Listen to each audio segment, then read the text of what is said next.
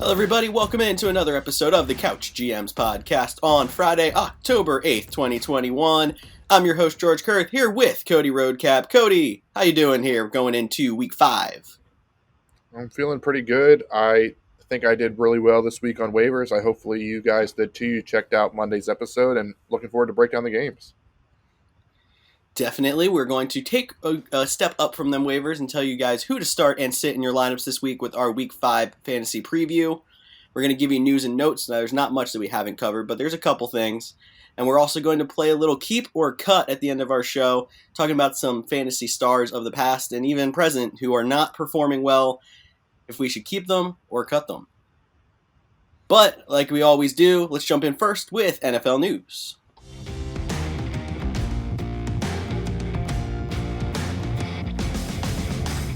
Now, we covered a lot of injury news on our Tuesday show.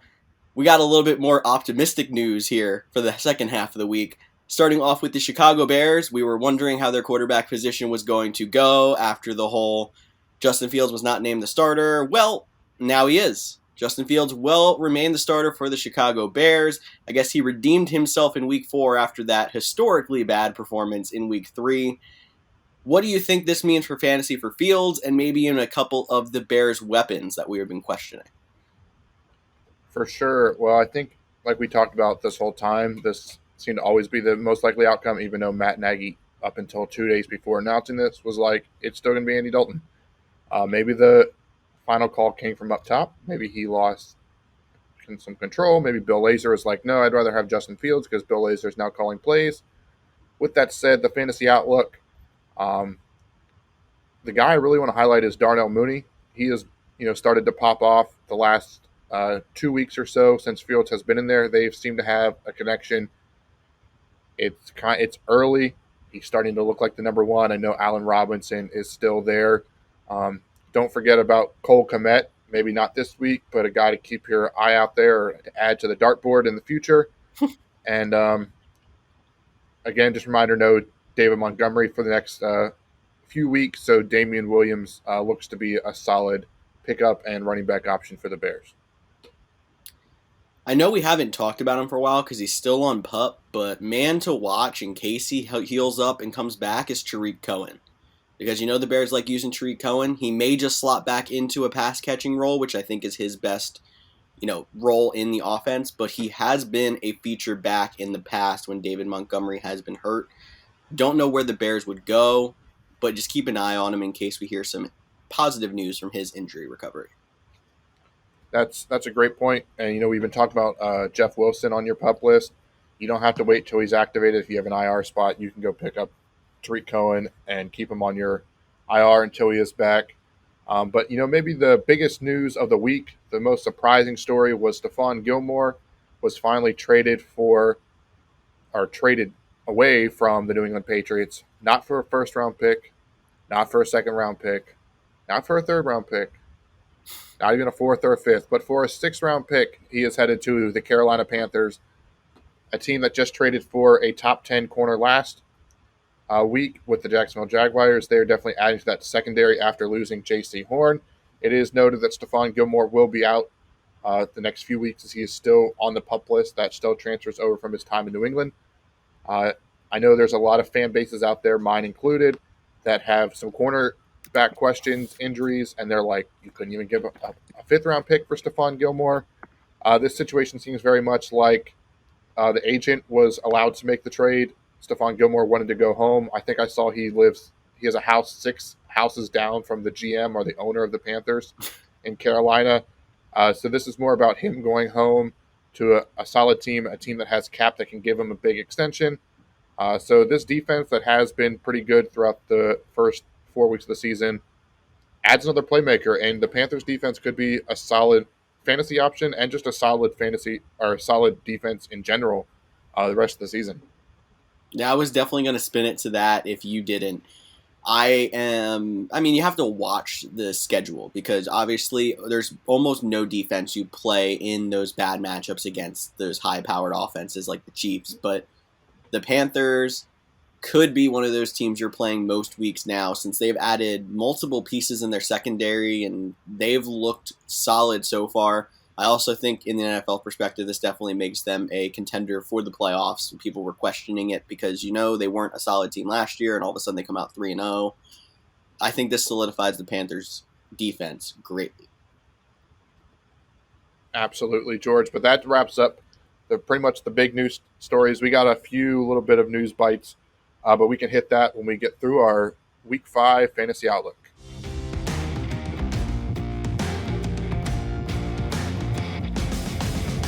And what better way to start off our Sundays by, if you're on the East Coast, a 9:30 a.m. London game. Literally football all day long. What could be better? And it is the New York Jets facing, I guess I can't say facing the Atlanta Falcons. But the Falcons have a lot of bad news in their wide receiver room. They're going to be down Calvin Ridley. They're down Russell Gage. Is there really anybody left? I mean, Olamide Zaccheaus, I've been told I was saying his name wrong for a while. Blake Christian and Tajay Sharp are the three guys left on their depth chart that I know of. Are you confident starting any of them guys without Ridley and Gage, or are you thinking this might be a big Kyle Pitts breakout game? I think if there has ever been a week for Kyle Pitts to break out, it is this week. Don't forget Cordarrelle Patterson, although he is listed on the team depth chart as RB, he is predominantly a WR. Wide receiver, he makes his living off of catching passes out of the backfield. I wouldn't be surprised we see him line up in the slot a little bit this week, get him involved more. But like you mentioned, Calvin Ridley is the guy, or not Calvin Ridley, he's the guy that's out. Kyle Pitts is the guy that should break out. This game is why you drafted him where you did. You want this kind of performance. And if he doesn't, that's concerning moving forward for him. This is a game that he should definitely break out on. And then one other guy for the Falcons I'll hit real quick. He's like fallen from grace. I know it was a guy that we thought would be a solid RB2 all season long. Mike Davis. Well, Mike Davis hasn't played well, but he has had at least 16 touches in every game. Now, granted, I think last week he had 14 carries for 13 yards, so he didn't do anything with those 14 carries. But the New York Jets defense is not very good against the run. If you look at their fantasy rankings, they're like number 5 against wide receivers. Well, that's just because the running backs eat up all the points. So I do like Mike Davis in this matchup. If you've been riddled with running back injuries, I think Mike Davis can squeeze back into your lineups. Definitely. So moral of the story, you're starting Kyle Pitts, Mike Davis, and Cordarrelle Patterson from the Falcons, even with Calvin Ridley and Russell Gage out. Moving to the Jets side. The Falcons do have a poor defense as well.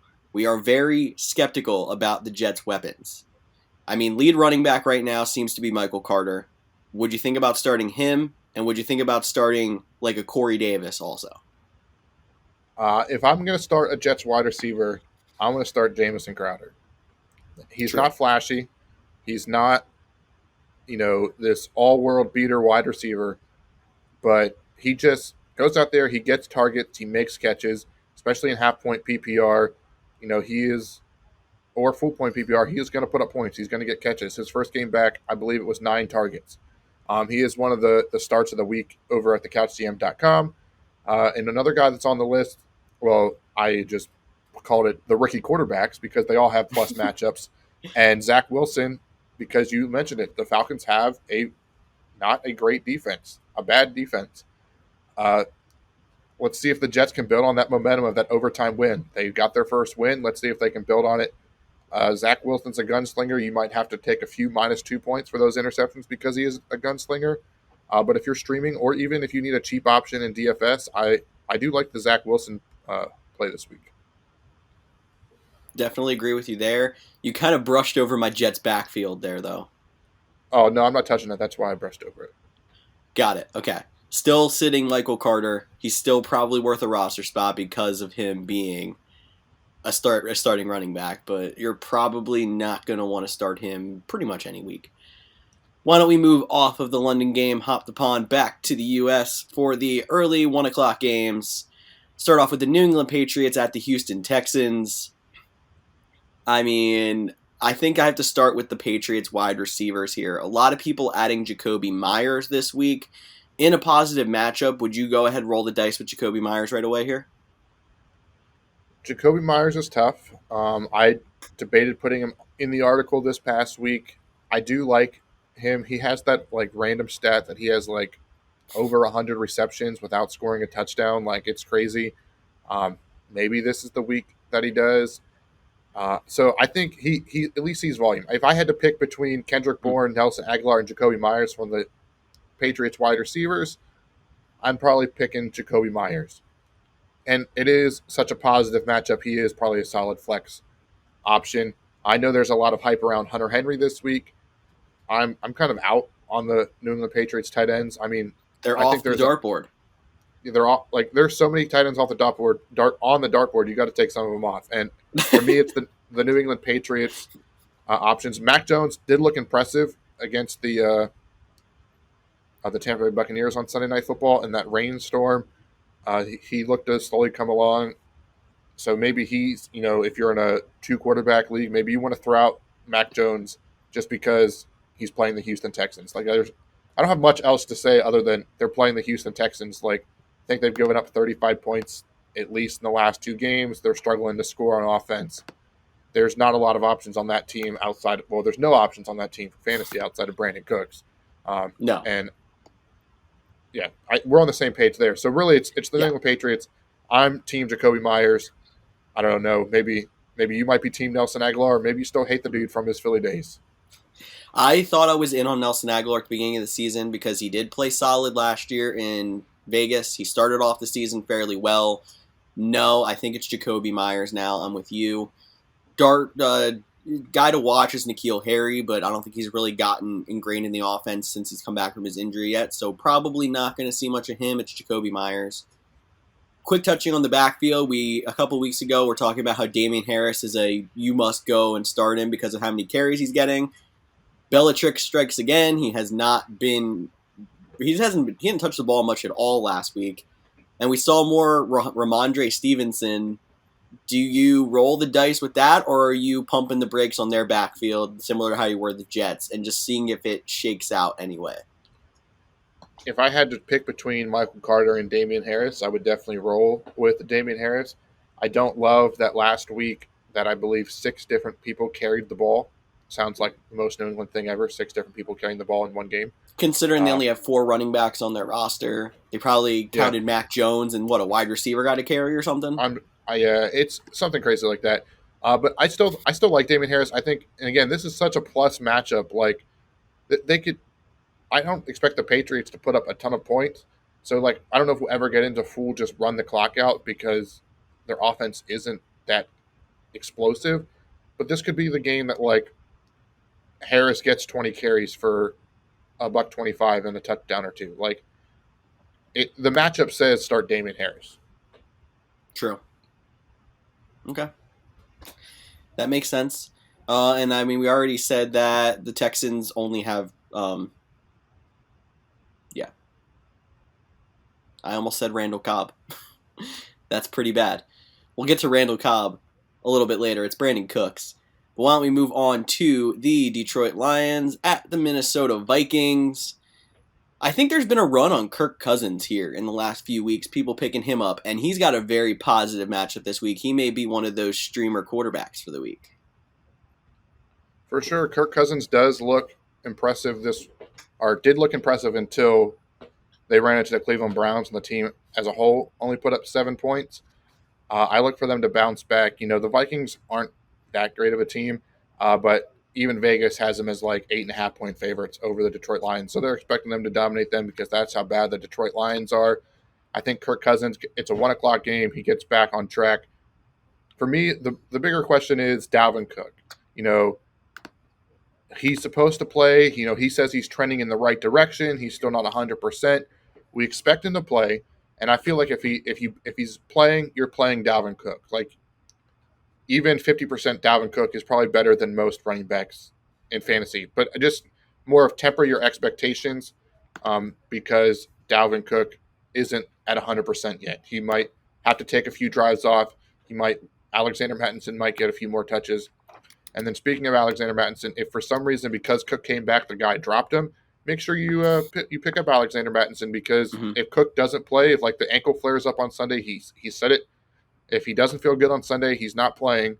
So he's a guy that should be at least rostered as a potential handcuff because we saw when he filled in, he put up over 20 fantasy points. So Dalvin Cook, I like. I like pretty much anyone on this Vikings offense.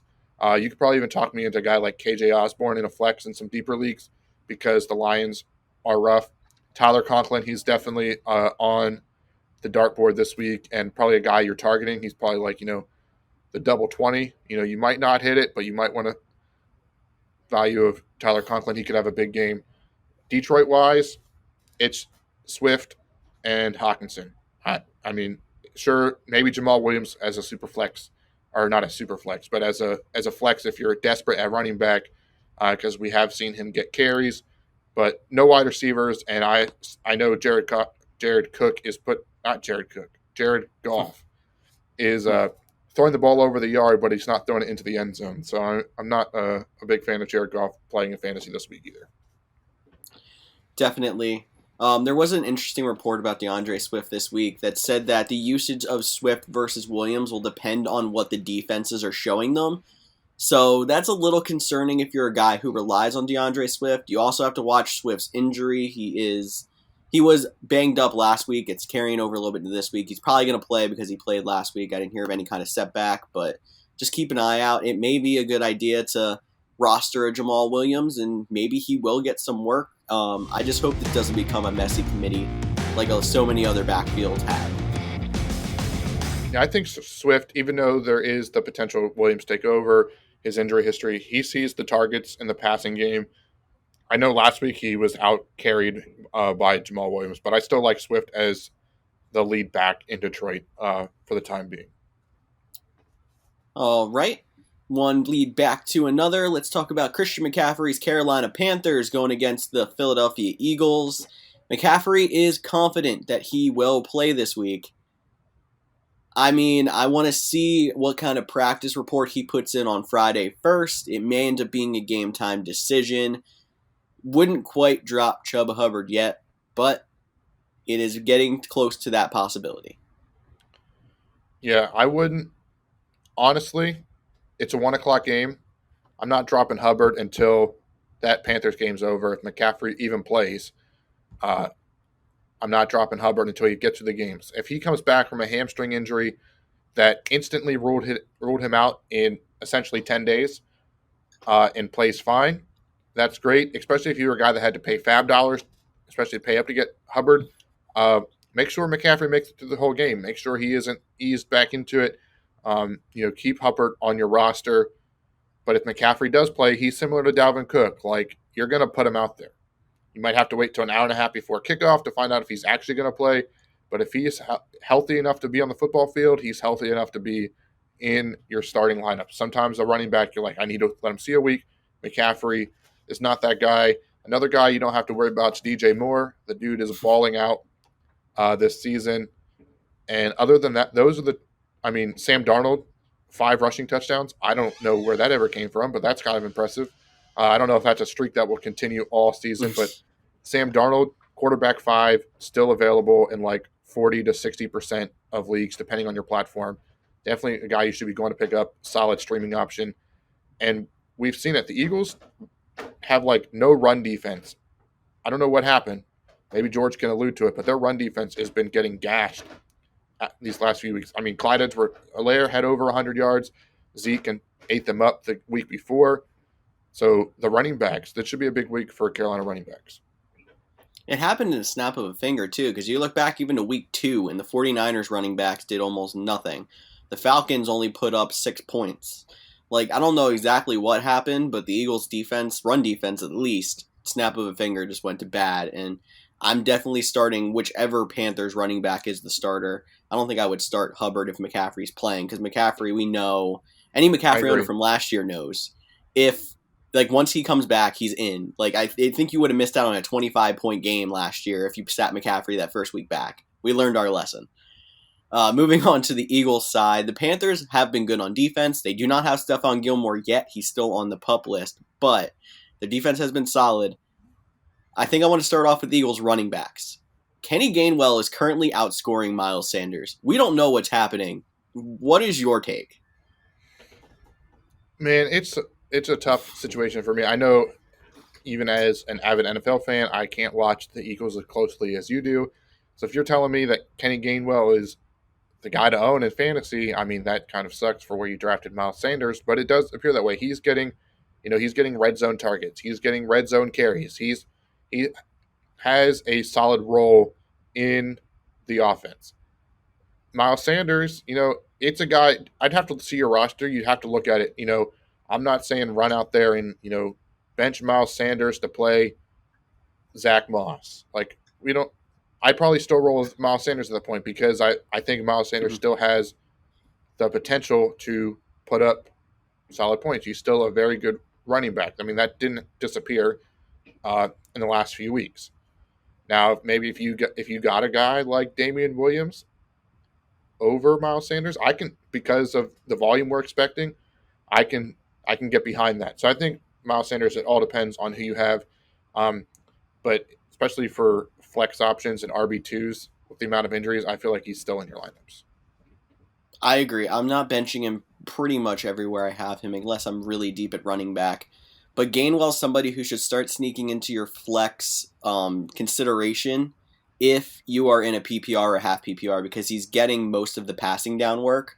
And if you think about it, there's a chance the Eagles could be one of those teams that sustains 2 running backs, because other than the running backs in that offense, their weapons are Jalen Hurts running, the tight ends kind of doing a split because you get a good week out of Goddard, then you get a good week out of Ertz, and Devontae Smith. There's nothing really outside of that group. So there's a chance, because the yards are going to happen. Jalen Hurts is still putting up some numbers, even though they're not performing super well. The Eagles could be a team to sustain 2 starting running backs. For sure, and I do like Devontae Smith a lot as their number one option. He's a guy that you could be out there trying to make a trade for, because he's had 2 really good weeks and he's had 2 little bad weeks. So I think once this team gets a little bit more consistent, he'll be a solid option moving forward. So a name that you might want to start hitting the trade market for. Our next matchup, though, is in the NFC East as well, and it's the Washington football team hosting the New Orleans Saints. And we all thought that the Washington football team's defense was going to be the better one on the field, but that is not the case. I don't know what happened from wild card weekend in 2020 to week 4 in 2021 and happened to that front four. They're struggling to get home. They're struggling to stop the run. Like, I thought this Washington football team's defense was going to carry them the whole way to a potential NFC East victory, fighting for a playoff spot. And now, like, I'm a little worried that Jameis Winston might tear him up. Alvin Kamara might tear him up. Like, and that's crazy. I mean, if there's ever going to be a week for them to get back on track, it's this week against Jameis Winston and crew. I mean, because with that said, fantasy-wise, Alvin Kamara is the only guy in the Saints that, for me, that's even worth playing. I don't know about you. I feel like these teams are pretty straightforward. The Saints, it's Alvin Kamara. The football team, it is Antonio Gibson and Terry McLaurin. Yes. I like the long-term outlook of Curtis Samuel. I think it was good. He had hit some positive steps in his first week back from injury. Not yet. Roster him. Don't start him yet. I think in a couple of weeks, when bye weeks really start hitting us at the wide receiver position, he could be a guy that slots in there for you confidently. For sure. And then one last thing, Logan Thomas did hit the IR. Are you starting?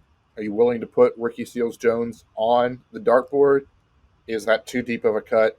You're already shaking your head, so I miss Jeremy Sprinkle. Jeremy Sprinkle. All right. Well, that's not Ricky Seals-Jones. No. I was trying to and don't put Sprinkle on the dartboard either. I don't know if he still plays for Washington, but I just missed the times where you'd see Sprinkle get a catch and just get a little giggle because it's such a fun name. For sure. And I was trying to look up Curtis Samuel's injury news. I know he didn't practice Wednesday with the groin injury, that's why he was out for so long. So I was trying to see if it was a re-aggravation or if it was more just a precautionary missing Wednesday practice. So I think he's listed, or he'll be questionable for sure. So that's something to keep an eye on. If he re-aggravated it, then you could probably drop him at this point because he's going to do it that all season. If he re-aggravated it and he misses time, he's probably going to miss double the time that he did on the first one because they're going to make double sure that he is fully back from it. He'd be somebody that you might be able to stash on your IR again, but I wouldn't expect much until the fantasy playoffs at that point. but I think it's more precautionary from what I understand from the injury. We'll see if he gets through another full game as well, though, which is why I don't start him yet. But if he does come back to being 100% healthy, definitely could be a weapon in that offense. Yeah, I finally found the answer. He did not practice Wednesday or Thursday, so not trending in the right direction for Curtis Samuel. It's also not trending in the right direction for the Tennessee Titans, who lost to the New York Jets. And they get to go to Jacksonville against, we haven't really talked about it much, but a team that's had a lot of drama this week. If you haven't heard, there was a lot of questionable decisions made by head coach Urban Meyer. First time I ever heard of a coach not fly home with his team after a game and then gets. Anyways, you can look up the Urban Meyer thing. It's not worth our time to talk about. They've attempted to move on. But Trevor Lawrence, he looked good last Thursday night. We talked about it on Tuesday's show. DJ Chark is out. Laviska Shenault is supposed to see an uptick. The offensive coordinator already came out and said we want to get him more involved. How quickly are you willing to throw Laviska Shenault into your starting lineup? If you're desperate for a flex this week, because Tennessee's defense has also not been super fantastic. And Chenault's one of those good little gadget guys. So, I mean, even if you're in a tough matchup, those guys tend to get enough catches to make a fantasy relevant week. They're going to catch the screens. He even can line up in the backfield. I would definitely consider him this week if you're in a desperate situation in at least a neutral to positive matchup. For sure. And then last guy on the Jacksonville Jaguars we'll talk about before switching over to the Tennessee Titans. Couch GM's favorite, tight end Dan Arnold. Does he hit the dartboard? Do we still need to see one more week of him? I mean, he's had 10 days. And he saw the field a lot more than I expected after being with the team for, 3 days? I would, with the poor options to put on the dartboard, I would consider putting him on the dartboard. For sure. Maybe you can get lucky and he'll grab a touchdown, and then you'll at least have him before waivers next week. Or if you somehow have an extra bench spot and he's available, why not go out there and give him a shot? Especially, if you play daily fantasy, which I'm not a big fan of because I'm not very good at it, but I know some of us on this show play it. I believe there's not many tight ends available in the main slate. If you play the 1 o'clock games, you can only pick players for them because of guys like Kyle Pitts on 9:30 in the morning. We have Travis Kelce later so there's not many tight ends, so maybe go for a deep cut DFS option. But pivoting to the Tennessee Titans, the good news is A.J. Brown returned to practice on a limited basis. The bad news is Julio Jones is still not practicing for the Tennessee Titans. It's not looking good for Julio to play. I know Pro Football Doc, I believe that's his Twitter handle, mentioned it last week after the injuries. He expected it to be multiple weeks for both of them. So maybe A.J. Brown can beat the curve and he can get back this week. The Titans missed him. The Titans need him. If he plays, you roll him out there. He is similar to, the running backs we talked about. Like, he'll get the targets. He played all year with bum knees last year and put up decent numbers. So he knows how to play through some pain. If he's not out there, you're definitely getting rid of Ryan Tannehill. Even in a decent matchup, you're not playing Ryan Tannehill. And I'm just going to say it because it's fun to say. You should probably play Derrick Henry. He's been a little up and down. It's been a little bit between, 25 and 40 touches a game. So there's a wide variety of the amount of touches he'll actually see. But you should be pretty confident starting him. Before we give Jags fans that are listening too much PTSD, why don't we move on to our next matchup where the Tampa Bay Buccaneers host the Miami Dolphins, and we were talking about tight ends. Gronk is out, and I think there's a tight end on the Buccaneers that you like a little bit this week, Cody. I do. He made it to the article. That's Cameron Brate. The guy is, he reminds me a lot of like Jamison Crowder. He's not flashy. He's not, the dude just catches touchdowns. He just catches touchdowns, and we know Tom Brady loves to use the tight end. He's going to use it. He might not throw the ball as many times to the tight end because his buddy Gronk ain't out there. But, yeah, Cameron Brate, I'd like to fill in for the tight end. I think it is a good matchup. I really like Leonard Fournette this week. He seems to be the clear favorite RB1. The Miami Dolphins defense, another defense surprisingly not playing well, giving up a ton of points, especially to running backs like Leonard Fournette. And then the rest of the crew on offense, you're playing them. I would think all three wide receivers of their big three, unless you think otherwise. No, I think that's pretty much sums it up. Going over to the Dolphins side, you lost Will Fuller again. Offense is not playing too great without Tua. Do you still consider like a Jalen Waddle this week or a Mike Gesicki? I would consider Mike Gesicki. He seems to be the only person that has benefited from playing with Jacoby Brissett. He's seen back-to-back games with 13 or more fantasy points, and both those games had Jacoby Brissett after not really doing anything, or he put up a goose egg in game one, and then he only put up like 5 or 6 points. But I'm pretty sure most of those points came after Tua left with the injury. So Gesicki and Brissett definitely have some chemistry working for him. So again, another tight end. They're so hard to find. Gesicki seems like a solid option there. Myles Gaskin, it hurts me to say, don't play him this week. It's the Tampa Bay Buccaneers. They gave up -1 rushing yards last week. So they're pretty good against the run. The Dolphins aren't very good running the ball. I'm not ready to move on from Myles Gaskin. And maybe that's just my heart talking and not my head. But Myles Gaskin, he's out there. The only person I'm playing from the Dolphins this week is Mike Gesicki. Okay. Not much else to say on that matchup, so we can move on to the Green Bay Packers traveling to the Cincinnati Bengals. Cody, I think you're going to enjoy this game a little bit extra as you're going to be going to it, right? Yeah, it is 100% true.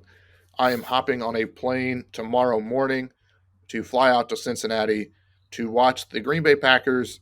Hopefully, I can't even believe I'm saying hopefully because it's the Cincinnati Bengals, but this is a solid matchup. I think it'll be fun both in real life. It's going to be one of those underrated 1 o'clock games, in my opinion, and it's going to be fun for fantasy. We're supposed to get T. Higgins back, so you're going to have T. Higgins, Jamar Chase, and Tyler Boyd. Unfortunately, the Packers potentially lost Jair Alexander for the season. They're still trying to get second opinions, seeing what they can do with that shoulder to avoid surgery at all costs so he can still play this year. If there's no Jair Alexander, Kevin King has been out for a few weeks. This team is going to be tough to cover. I know the Bengals are struggling right now to determine if Joe Mixon will be able to play. It's not looking good.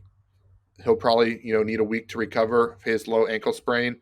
I did say here that if it is, they're going to be a running back by committee, so it won't just be Samaje Perine. Chris Evans, the rookie running back out of Michigan. Captain America. That's right. Captain America himself will be in the backfield for the Bengals. I love Joe Burrow starting this week. The Bengals, I think it's going to be a high-scoring game, and surprisingly, I'm more worried if the Packers can keep up than if the Bengals can keep up because the Packers are a little banged up on offense and defense. Again, they'll be without Marquez Valdes-Scantling, so it'll be over the top, or no guy truly over the top. Devontae Adams, obviously, in your starting lineup, must start. Aaron Jones, Aaron Rodgers, those three are must starts. But, like you said, no MVS. Guy who had a breakout game last week is good old Randall Cobb. Do you consider Randall Cobb? I don't. Like, he had a really good game last week, but I think he had 4 catches and 2 of them were touchdowns. Like, he was a third. He was like, if you remember back to when Emmanuel Sanders was on the Broncos, like every time it was third down, like it was going to Emmanuel Sanders. Like it was Demaryius Thomas first and second, and then it was Emmanuel Sanders on third. On third down. Like you could script it. You knew it. Randall Cobb could end up being like the third down go-to guy in this offense. But with that said, he's going to be touchdown dependent. He scored 2 last week. That was really the first week he's been involved. I wouldn't chase the fantasy points there. And another guy, again, as much as I hate to say it that I hope I'm wrong about, Robert Tonyan had a breakout year last year, and the guy scored under 2 fantasy points 3 out of the 4 games. And the one he didn't was because of a touchdown. Correct. He needs a touchdown to be good. The Cincinnati Bengals are number 6 against tight ends, or fantasy tight ends. So a guy we're taking off the dartboard. Hopefully I'm wrong and he catches like 4 touchdowns. I'd rather be wrong about that and the Packers win this game. But I don't like Robert Tunyon this week, and like, he's a guy that you can consider even potentially dropping. Maybe we'll talk about him at the end of the show. Little spoiler alert there to our end of show segment, but to get to that, we have to move on to the Denver Broncos at the Pittsburgh Steelers. Steelers wide receivers are still up in the air. I think Deontay Johnson's the only one that's a lock to play, if I'm not mistaken. We're looking at the injury report for Claypool and Juju Smith-Schuster still. I think that makes Deontay Johnson a lock in your lineups, despite going against a fairly solid Broncos defense, though, don't you think? I believe that I'll just read you the line in Okay. my article because I have Juju as a sit, and I literally said, if I can pull up the article, I'm vamping. It said, with Claypool potentially returning this week, I would avoid any Steelers receiver not named Deontay Johnson. So yes, whether Claypool is in there or not, I'm not playing Juju. I'm not playing Chase Claypool. I'm only playing Deontay Johnson because of the targets. Big Ben does not look very good at quarterback. He is definitely dealing with some injuries and probably a little bit of father time. Najee Harris, like, you're probably rolling out there again on volume. It's a guy you're never going to love playing Najee Harris all season, I feel like, but he's a guy that gets enough touches that'll at least put up solid to, like, he has a high floor, low ceiling type of running back, so you're not going to love playing him, but you put him out there. Tight ends, nope. Denver Broncos side, like, if they get Bridgewater back, I'd feel a little bit better about their passing options. I don't really like the running backs because they're in too much of a 50-50 split, in my opinion. Both Melvin Gordon and Javonte Williams, like, I feel like they're both 50%, like, as close as you can get, and then so none of them are worth starting. And it's still the Steelers defense. Like, there's not a lot of fantasy guys I really like in this matchup. Well, you're probably playing Noah Fant because, there's not many tight end options. You're probably playing one wide receiver from the Broncos because most of it seems like to fill like all our teams, one wide receiver from the Broncos has to be on there. Is it still Cortland Sutton? I know Tim Patrick's been in and out a little bit, but Sutton has not been fantastic every week either. If I was going to play one, I'd feel more confident in Cortland Sutton. I understand going into it could be a Tim Patrick week, but the guy, I would go with the veteran, the guy that, was a starter before injuries, was on the field. I'm going to roll with Cortland Sutton over Tim Patrick. And we anxiously await the return of Jerry Jeudy. And we move on to the 4 o'clock games with the Chicago Bears at the Las Vegas Raiders. Well, we start on the Bears side. We had mentioned at the beginning of the show that Justin Fields is in at quarterback. We like Darnell Mooney a lot more as well. And you're playing Damian Williams because there is no David Montgomery. I think that pretty much covered the Bears unless there's anything else you want to add in here. No, I'm glad you did not say start Allen Robinson. I think we've gotten to that point where he's a name that maybe you want to try to flip to one of your league mates that aren't as tapped into you, and they still think Allen Robinson's that third or fourth round wide receiver that you drafted him at. Or they think he's going to break back out because, there's always that chance. Oh, for sure. He's a super talented wide receiver. Like, I don't think by any means his career's over. I just think he's not putting out well for the Chicago Bears this season with all their offensive mishaps. I mean, mm-hmm. I think Justin He's Fields... also somebody who was in a contract dispute coming into the season, though. So it makes me think, like, we talked about his route tree after weeks 1 and 2 and how he was just basically running little curls and short outs and crossing routes. Like, nothing down the field. He was not being used to his full route running ability. Is it a little bit of a grudge from someone like a Matt Nagy or from someone like the Bears front office who's like, we got to start developing our guys at wide receiver because Allen Robinson might not be here long term? I'd hate to say like that's actually a thing, but I'm just trying to figure out why we're just not seeing the complete usage of Allen Robinson, someone who's been a consistent top 20 wide receiver in the NFL, just disappearing. Yeah, I don't know. I mean, you mentioned this guy put up points with Blake Bortles. This guy put up points in Chicago with their carousel of quarterbacks.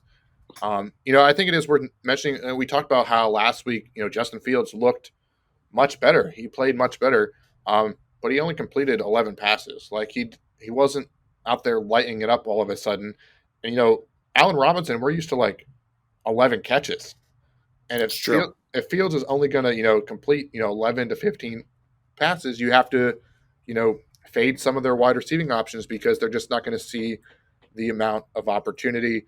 But this Raiders defense is very underrated still about how good their defense is. Just look what they did last week against Mike Williams. They locked out a top wide receiver option in fantasy to where he pretty much laid. I think he had one catch, so Yep. he he laid. He didn't quite lay a goose egg, but he had. It was pretty damn close. Speaking of the Raiders, though, we do got to talk about Darren Waller. Again, you start him. The dude just catches everything. I know he had a little down spurt a couple weeks ago. Yeah, don't worry about that. Darren Waller, you're playing him. But their wide receivers, I know there's going to be a lot of questions. We're going to go back and forth on Hunter Renfrow and Henry Ruggs. And the running backs. Josh Jacobs, he played. He's probably going to play again this week. But another guy that he didn't look great. How do you evaluate him? Kenyon Drake, I think we're pretty much over him, because I know Peyton Barber has turf toe now, so maybe we'll finally get Kenyon Drake if Josh Jacobs for some reason doesn't play, but we expect him to play. What's your thoughts on Josh Jacobs and that wide receiver room?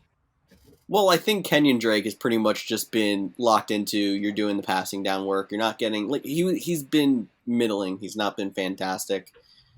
He's not someone that I want to start in fantasy. But Peyton Barber being injured, in my opinion, is big. Maybe the coaching staff thought, hey, Peyton Barber deserves some carries week to week because he has been a solid back in the past, and Josh Jacobs hasn't been the greatest, and he's banged up.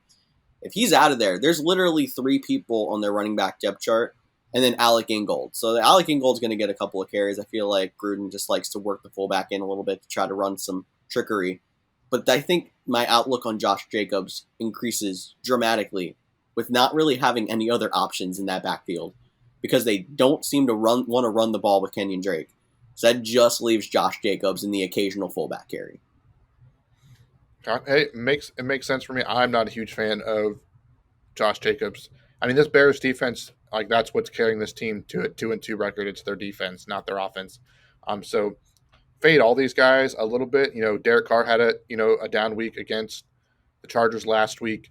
He could have another quote unquote down week. He's still going to throw it all over the yard, but from a fantasy output, could be a down week. But speaking of those Chargers, they get to host the Cleveland Browns, and the Browns, their defense has been pretty good. They've only allowed 14 points in their last 2 games. Now, granted, I can't remember who it was 2 weeks ago that team name just evaded me, but it was the Vikings last week. OBJ, what are your thoughts on OBJ? He's getting targets. Baker still hasn't been able to connect with them. I think since he's been back, they've dropped 6 points in average points per game. I know there's nothing really to the OBJ makes the team worse, but I think there's some more. I think we got to talk about Baker's injury a little bit. Even though it's the non-throwing arm, it seems to be affecting him. But because of his injury to Baker Mayfield, what are your thoughts on OBJ? Are you willing to roll him out there this week? I don't know if I really want to start any Browns pass catchers this week. The Browns are still going to put up points, but I think that gives a boost to Kareem Hunt. And it gives, I don't really think you can say it gives a boost to Nick Chubb because he's already considered a top 10 back any given week. But I hope he doesn't get another floor week in here because I think the Browns running backs are going to be utilized heavily in the passing game, in the running game. I don't like OBJ this week. I don't like OBJ until Baker's injury seems to affect him less. But also I'm thinking back to last season when I had talked about, Baker's injured and it really didn't look good. And then the next week after I was fading him, he came out and looked amazing. So maybe this guy has had enough time to heal now where he's going to rebound. But I don't think I've seen enough from OBJ to really want to trust it. And I'm not playing Baker as well. But I think I'm definitely throwing Kareem Hunt higher in my flex rankings than I do in a normal week. I like it. 2 guys I want to ask you real quick about the Chargers before we move on. Jared Cook on the tight end dartboard. You can talk about him. And then any concerns about Mike Williams? He was off to a hot start.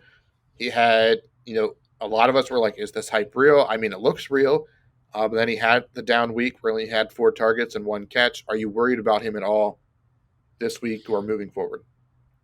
I am worried about him this week because of the defensive matchup, because the Browns have the ability to take a guy out of the game if they want to.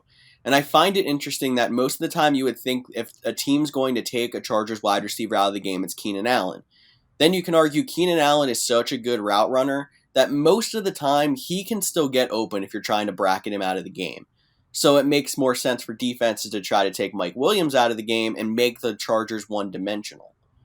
So that concerns me because he's now looked important enough to the Chargers offense that he may warrant a double team here and there, and that's going to affect his value.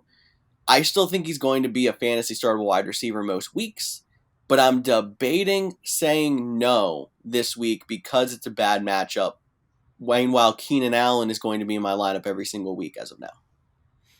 Makes a ton of sense. I did have Jared Cook. Oh yeah, completely forgot about Jared Cook. Jared Cook, I'm adding to the tight end dartboard, but I think it's literally going to be if you don't know who to decide between this, and this, and you throw a dart and hit him, I don't think I would give him an edge over any of the guys that were just throwing into that they might do good category. I gotcha. He did score a touchdown last week, so if you're playing the odds that he scores a touchdown 2 weeks in a row, you might want to look elsewhere. Moving on to the New York Giants at the Dallas Cowboys. Hopefully not a repeat of the big injury from this matchup last year. With that said, Amari Cooper is still battling back from injury. Hopefully he can get out there on Sunday. There's not really any surprise guys on the Cowboys side of the ball for me. You know, Zeke is out there. Pollard, if you need a flex option, if he's healthy enough to go. And then CeeDee Lamb, Dalton Schultz, and Amari Cooper if he is healthy. So you're still not looking at Cedric Wilson? No, I'm not really.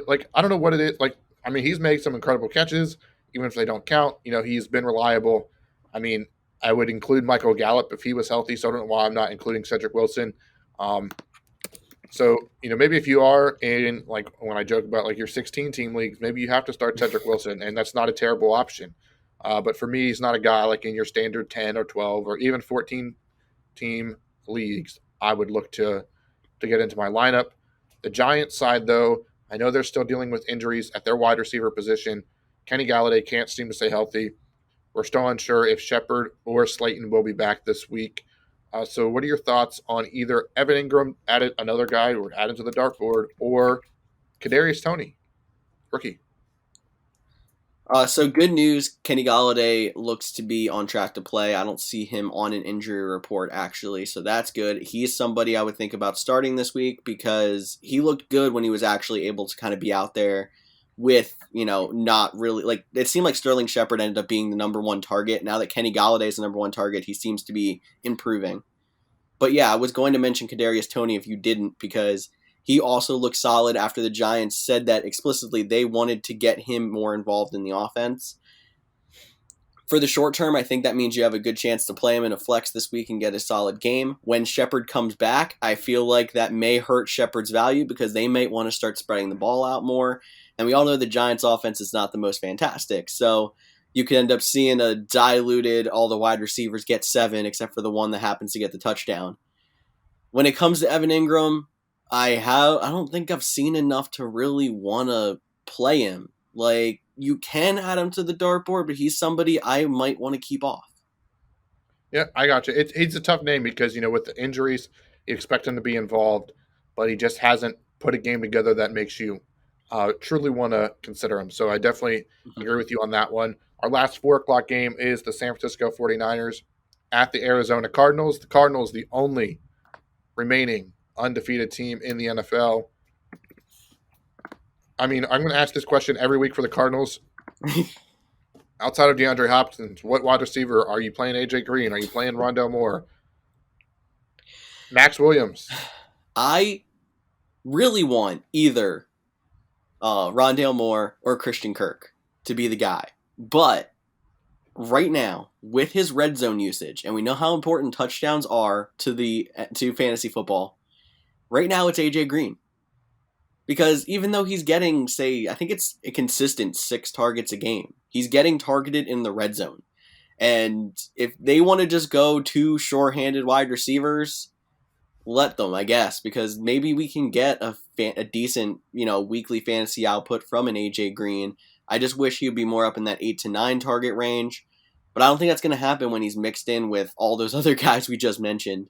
And I don't really think I'd like Max Williams. Just throw that out there about the tight end. I'm definitely a little bit more on the Max Williams side. For me, he's on a high-powered offense, similar to Dalton Schultz. We didn't really talk about the Cowboys, but I'll bunch them in here with the Arizona Cardinals on an offense that's going to put up a ton of points. You can't go. You might want to add their tight end. It's better to have a tight end on a team that's we know is going to score compared to a guy we're hoping finds the end zone on a subpar offense. Like Evan Ingram. Yes, like Evan Ingram, exactly. But pivoting to the San Francisco 49ers, all signs are pointing to Trey Lance making his rookie debut, and I'm super excited for Trey Lance. I love that guy. He was one of my favorite prospects coming out. I'm trying to pick him up in many fantasy leagues as I can. I'm not starting this week, but I am willing to hold him. And I'm going to ask this question every week with the 49ers. Who are we doing at the running back position? Elijah Mitchell, Trey Sermon, Juicy J. So I said that if we get the debut of Trey Lance, we're going to see more running game out of this offense. So the other sign is we saw Elijah Mitchell log limited practices all of last week, ended up not playing, which seems strange when you look at it that way. But when you look at it as he was wearing a non-contact jersey the entire week, it didn't seem like he was going to play. He practiced limited again on Wednesday and then again on Thursday, but he got rid of his non-contact jersey on Thursday. That tells me he's on track to play this week, telling me that Trey Sermon is probably not going to be fantasy relevant unless you think they're going to run the ball enough to get enough carries for Mitchell and Sermon, which I'm not convinced. I'm still convinced Mitchell's going to be the lead guy until someone like a Jeff Wilson comes back. All right. I tend to agree with you on everything you just said there. And Deebo Samuel, you can definitely play him. Brandon Ayuk, we're not yet there on him. Hopefully he brings it around. But Sunday night game. Man, I am so desperate in a couple of leagues with wide receivers that I'm debating playing Brandon Ayuk. Hey, maybe this will be his week. I mean, we know the Cardinals are going to probably put up points. They're going to have to keep up. Maybe they're going to rely on Brandon Ayuk. But, two teams that we have no fear are going to put up points. The Sunday night matchup should be electrifying. It should be a great matchup. You're probably going to get every aspect of fantasy player you can in this lineup. So I'm not going to ask you who you're going to start. I'm going to ask you who you're going to bench between the Buffalo Bills and the Kansas City Chiefs, because I'm interested to see if there's any surprising names, or is it the guys you would normally play you're playing? Okay. I was asked a question actually this week by my girlfriend who owns Clyde Edwards-Helaire and Zach Moss and said, who do you start? And I am actually leaning Zach Moss, which tells me that I'm not confident playing Clyde Edwards-Helaire in this matchup because the Bills' defense is solid, and I think even if it is a shootout, it's going to be a shootout with the wide receivers. It's not going to be a shootout with the running backs. As opposed to Zach Moss, I think the Bills tend to give a couple of goal line carries. He's been a touchdown machine. You just hope he gets a touchdown, gets you 12 points. So I'm probably benching Clyde Edwards-Helaire. I'm not super confident in Zach Moss, but I think I would lean him, benching Devin Singletary. I'm not playing like Byron Pringle. I'm not playing Josh Gordon. But Josh Gordon. Other than that, like I'm probably playing Emmanuel Sanders and Cole Beasley and pretty much everyone. Yeah, I'm with you there. I tend to agree with you on the, sitting Clyde Edwards-Helaire. It's going to be a passing game. We know the Bills are going to put up points. I don't truly trust Andy Reid to stay committed to the running game, despite Helaire having 2 straight 100-yard rushing weeks. But with that same token, like I'm not, running out to bench Clyde Edwards-Helaire for anybody. Like you have to have a solid option behind him. Like even a guy like we're going to mention here soon, like Latavius Murray, who's supposed to be the starter for the Ravens now. Like I'd probably still play Helaire over him. But if I have the option, I would definitely look on elsewhere. But you nailed it on the head. Bills side, play them all. It's going to be a heck of a Sunday night game. Anyone who is up going into Sunday Night Football and you're facing a couple of guys, beware. Yep, that's why you always get Tyreek Hill. in fantasy football because you always Because he have a won shot. you a week last week too. No, he didn't. He should have won you a week last week if he He didn't should get have, but he didn't. 180 against you. Yeah, we don't need to talk about that. But we do need to talk about, before we get out of here, the Monday Night Football game with the Baltimore Ravens, who I just mentioned, and the Indianapolis Colts, who got their first win in Week 4. We'll start with the Ravens. They're the home team. Running backs: Latavius Murray, Devontae Freeman, and Le'Veon Bell.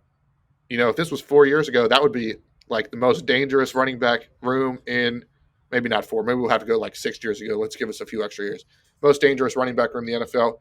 We're not there yet. We're not there anymore. We're not getting back to that point by any means.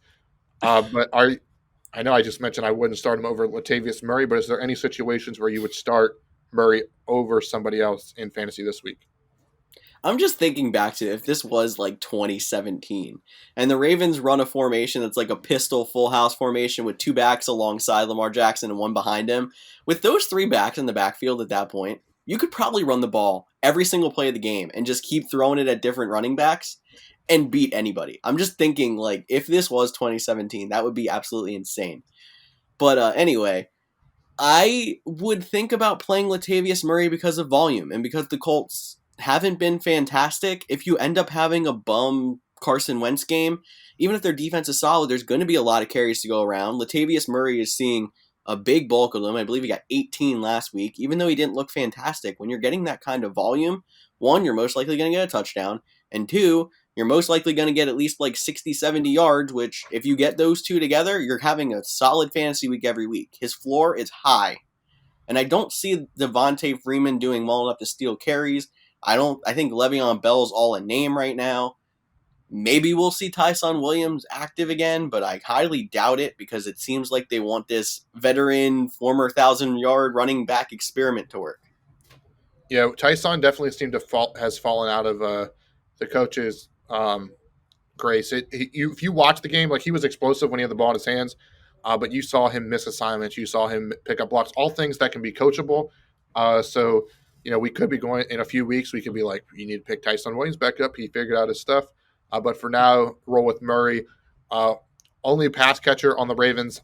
Well, I shouldn't say that because Mark Andrews you're playing. Pass catcher as in a wide receiver is Hollywood Brown. He has shown that, some weeks you're just going to have to live with him putting up duds and dropping touchdowns. But he's going to get, 3 to 5 deep shots a game. They'll get a couple passes over the middle. He's the go-to target for now. Colts side, you mentioned Carson Wentz. Probably not rolling him out there. He still has the bum ankles. I love Jonathan Taylor. Even though the Ravens have a good offense or a good defense. Oh, they have a good offense too, but good defense against Jonathan Taylor. Temper expectations, but you can roll him out there. It's good to see Taylor get into the end zone for the first time. And, I'm going to add this to one of the every week questions. Wide receivers. What are we doing? Michael Pittman, Zachary Pascal. And it's okay to say none of them, but I feel like Pittman is the guy if you're going to play one. I'm probably not against the Ravens, and I'll throw this question back to you because I said a couple of games ago I was thinking about starting Brandon Ayuk. My options without Calvin Ridley are Brandon Ayuk or Michael Pittman. So go ahead, answer that question. Oh Jesus.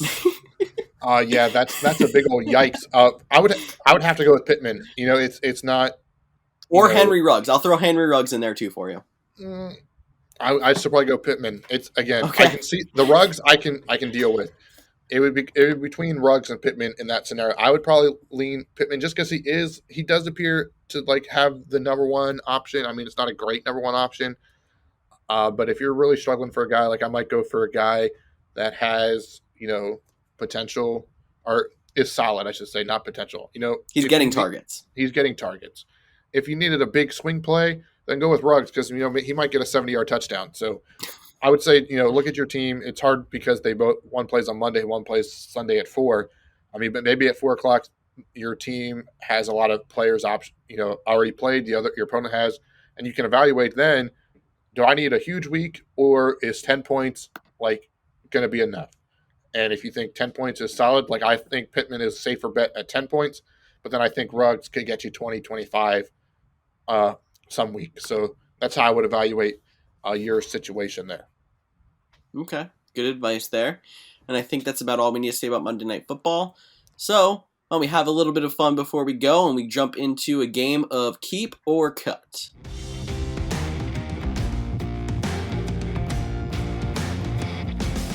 Alrighty, so you probably asked yourself what is keeper cup? It kind of sounds like Cooper Cup, Keeper but Cup? you would keep Cooper Cup. But we have a list of guys here. I'm just gonna say a name. I'm gonna ask George his opinion. I'm gonna say his. It's real quick, yes or no. We might throw a little caveat in, and it's guys that you drafted, you expected more out of, and we're 4 weeks in. We got to know, is it time to keep or is it time to cut? And the first one, we're going to start with quarterbacks. Baker Mayfield, he has the injury. And for me, it's a cut. How about you? Probably a cut unless you are weak at like quarterback. Then maybe you keep him and just try to keep him on the bench. Gotcha. I'm not a huge fan of keeping quarterbacks on the bench, as everyone knows. Another quarterback, Matt Ryan. Without Calvin Ridley, definitely not playing him this week. But he doesn't look good either for me, so it's another cut. I can get rid of Matt Ryan. Cutting him as well, and like you said, rookie quarterbacks this week. Rookie quarterbacks this week. Moving on to the running back position. Oh, this one breaks my heart. So I'm going to let George answer first. Myles Gaskin. I feel like if I'm going to say keep the next guy, I have to say keep Myles Gaskin.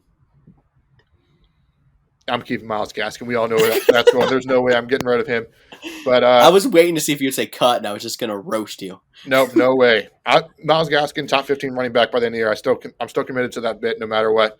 Another running back, Miles Sanders. I spoiled it. Keep. You did spoil it. For me, yeah, this week I'm saying keep. You asked me next week if he has another poor performance, get rid of him. Last running back, Kenyon Drake. We hinted at it a little bit. The Raiders just don't seem to want to use this guy. I don't really know why they paid him. Cut. All right. Wide receivers, Allen Robinson. This is so tough, but I say keep him for one more week. If Fields doesn't get a rapport with him, cut him. Tough. I get it. You want to see what Justin Fields can do with it. Yes. Like, I know the trade's not an option here, but like a trade, I feel like Allen Robinson you could get something for. Like, so you're saying keep?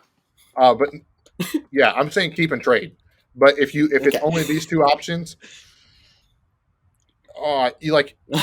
my head just says go ahead and say cut Cody. It's okay, but my heart is like no. And he's a Chicago Bear. I don't understand why I'm so attached to this guy. But yeah, trade. I'm adding a third caveat. We're doing trade Allen Robinson. Brandon Ayuk, trade or cut, or not trade or cut, keep or cut. He's breaking all the rules now. He just got rid of keep and he said trade. Yeah, because we're not keeping Brandon Ayuk. Cut. I'm keeping him. Yeah, I don't blame you. He's still a young guy. It's hard to give up on. This one is another very difficult one. Some people say, what the heck is going on for this guy? And that is wide receiver Robbie Anderson. Not looking great for him to start the season. I'm interested to see what you have to say about him. I've been a big Robbie Anderson guy since he was in last year, big in the offseason. I've given up. There's too many other guys getting the ball on that offense. Cut. Yeah, I think I'm with you. He has 10 catches through 4 games. He doesn't seem to be a big part of that offense. I think it's better to get out a week too early than it is a week too late. Moving on to 2 tight ends. This one is a little bit of a caveat if you do not have an IR spot. If you do, obviously you're putting him there. But Logan Thomas, he is going to be out for at least 3 weeks. He was like borderline weekly starter. No IR spot, I would cut Logan Thomas. If you have an IR spot, definitely keep. That's be silly not to. Like you said about keeping quarterbacks on the bench, it's tough to keep tight ends on the bench as well because there's just a dartboard outside the top 6. So you're probably cutting him to get another streamer. I'd say cut. For sure. And the last one on our list is a tight end. I told you, he only has 2 points in 3 out of 4 games. That's Robert Tonyan. Tonyan Funyuns. The only reason I'm keeping him in one league is because my team's name is Tonyan Funyuns. Other than that, I'm cutting him. I'm cutting him as well. I can't take that much touchdown dependency. I need somebody on my team that's going to at least get me 6 targets. For sure. All right, well, that was a fun little lightning round of keep or cut. Sounds like Cooper cut, but we all know we're keeping him.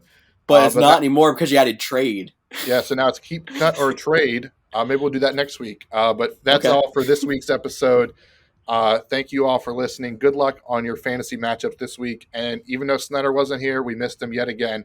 But he would love to tell you it's more fun for you and more fun for us when you get involved.